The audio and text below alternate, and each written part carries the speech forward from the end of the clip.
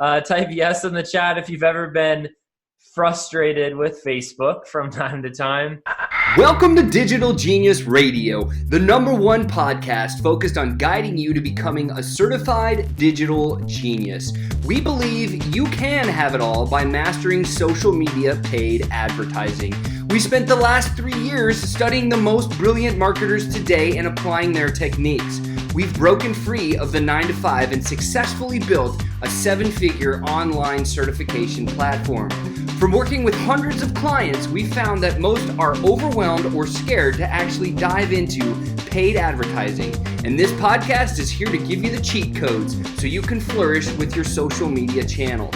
Join us and follow along as we continue to learn, apply, and share proven strategies, as well as give you the insights on how to win online with social media paid advertising. And now, here's your hosts, Chris Baden and Sean Malone. Kristen has also had to deal with that, maybe even more than most of us, because she's just been in Facebook so long. But thankfully, she's spending some of her time tonight with us to give us some Facebook updates. Kristen, I'm so excited to hear what you have to say tonight. Well, I don't. Okay, so I'm going to be really real with you all. Like, I'm not going to paint a rosy picture here. I'm going to, I think everybody deserves reality, we right? wouldn't expect anything else from you. Yeah, and so, the thing about it is, I forgot. Hold on. Timer. Okay, got it. So the thing about it is, I don't want to take up too much time tonight, but there has been a lot of changes, and we know that. I told you guys they were coming, so everybody understands. If you've been inside your ad manager at all, even the platform of Facebook looks different today. Today or yesterday, you got a new platform rolled out that's white instead of blue. Everybody thinks that that's not a big deal. That's the first time that they've changed that in 6 years, guys. That's actually pretty major. They don't do anything without a ton of money and research. So I was actually listening in yesterday on the F8 forum, which is the developer updates. They do that. I can't remember if it's every 6 months or every quarter, but you're more than welcome to go in and geek out on things like that as well. It's under the facebook.com/business. You can see the recap. Mr. Zuckerberg spoke yesterday, gave us some updates. And so I spent a lot of time over the last 3 weeks pounding my head against a wall, guys. I'm not going to lie to you. Everybody's been like, where are you? And I've been trying to figure out how to make ads work for my clients, because the whole fact of the matter is it's amazing to have an agency, but when things change in Facebook and your clients aren't winning, you're not winning. And it's the same way in our businesses. We have to focus on what makes us money, which for me, I have to focus on the agency, but also our businesses are our lifeblood. And when our ads are frustrating us, or when Facebook throws us a curveball, if it happens to the same, okay, let's say you have 10 people on your team and it happens to 9 out of 10, you know that it's got to be something pretty standard with Facebook and not just your own account or an issue that you've been having. So I know actually several people in the chat have privately messaged me, and they're like, what is going on? My reach is out of whack. People's accounts have been disabled. I know some wonderful people from our community that have actually restarted their page 3 times in the last month. Things have been going absolutely crazy. And first of all, kudos to you guys for persevering, because it's super easy to be like, you know what, my page got disabled. This is a sign from the universe. No, it's going to happen to everybody. I've personally had 6 of my own pages shut down in the past. So I definitely get it. A client of mine had a page shut down just 2 weeks ago, and I've been doing a lot of research, and I want to tell you guys, first of all, just a couple quick things that you're going to see really within the next month to 3 months. But one really important thing, and then I want to leave you guys with a tip. So a couple of just overall things. Engagement in 2019 is set, by the end of 2019, overall engagement in Facebook is set to double. And you guys are like, well, I'm not seeing the engagement. You're like, oh, I don't know that it's doubling. Okay, that's a negative way to look at it. A lot of times engagement on Facebook, more often than not, over 50% of engagement in Facebook is negative. Okay, so if your engagement isn't growing, don't look at that as a negative all the time. It could be positive because your engagement is positive, and it's less likely that people are going to engage positively other than just liking. As far as commenting and sharing on positive things, it's harder, and you want to stay positive within your business. Now, people will go and troll they'll troll our ads at times, but they'll troll all kinds of news outlets, and that's where a lot of engagement comes from. In fact, the top 4 sources were major news outlets for engagement in 2018. So we're set to double engagement in 2019 in Facebook, which is really exciting. there's three things that are happening right now that I think are really interesting.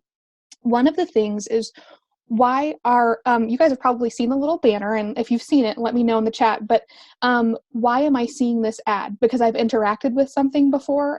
Why am I seeing this piece of information? It may not be an ad, it may be like a link or a video. So why is that important to us as marketers? Facebook is going through a lot of transparency. They're trying to create more transparency on the platform. So when the algorithm shows up and just randomly, boom, boom, boom, you get things.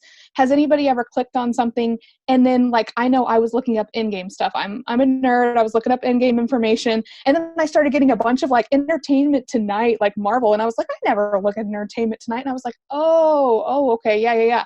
So I dug into that a little bit.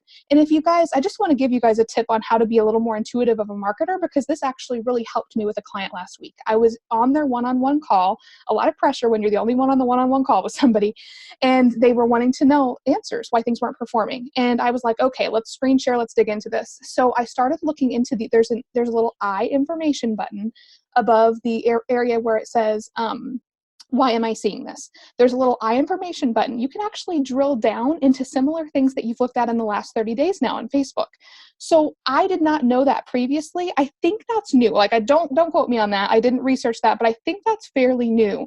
So you can see, it's not your whole history by any means, but think about in the terms of what you want people to be clicking on and what you want to show up under. So for instance, if you're making an ad about healthy living. Let's say that you want people to be healthier on your page.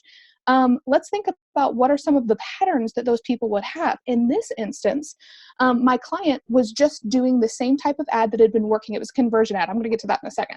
And this client had just been doing the same type of ad with a different picture. Every month we were getting very lazy with it, okay? I was complacent. We were just changing up pictures and split testing pictures, keeping the copy almost exactly the same. It was a conversion ad. So we changed completely. I decided to do a video.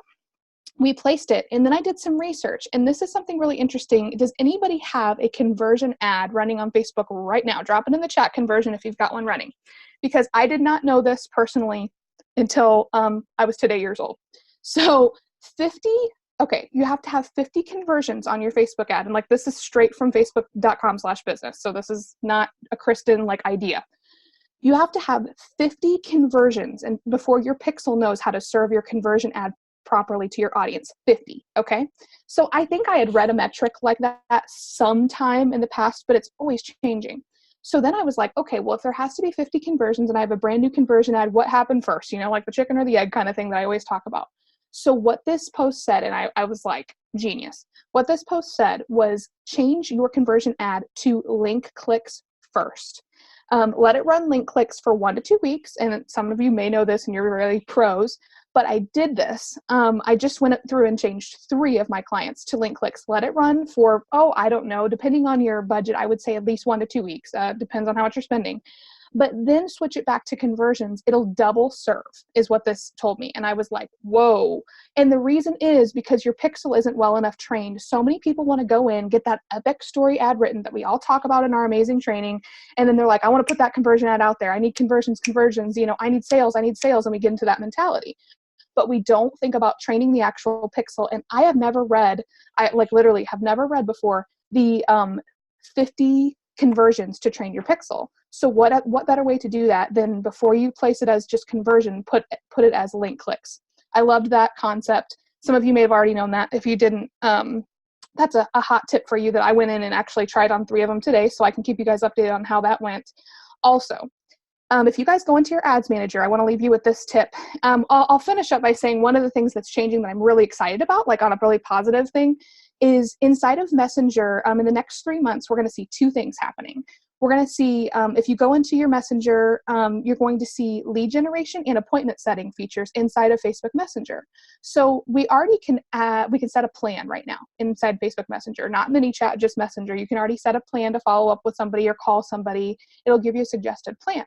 Well, how many of you, drop in the chat if you've already done this. I know Ritz, I've seen it on his page. How many of you have blocked out your scheduling availability in Facebook? So like when you have time for appointments, that is a tool that's really trendy right now. That's a new Facebook thing. I think within the last month or so, that's been new.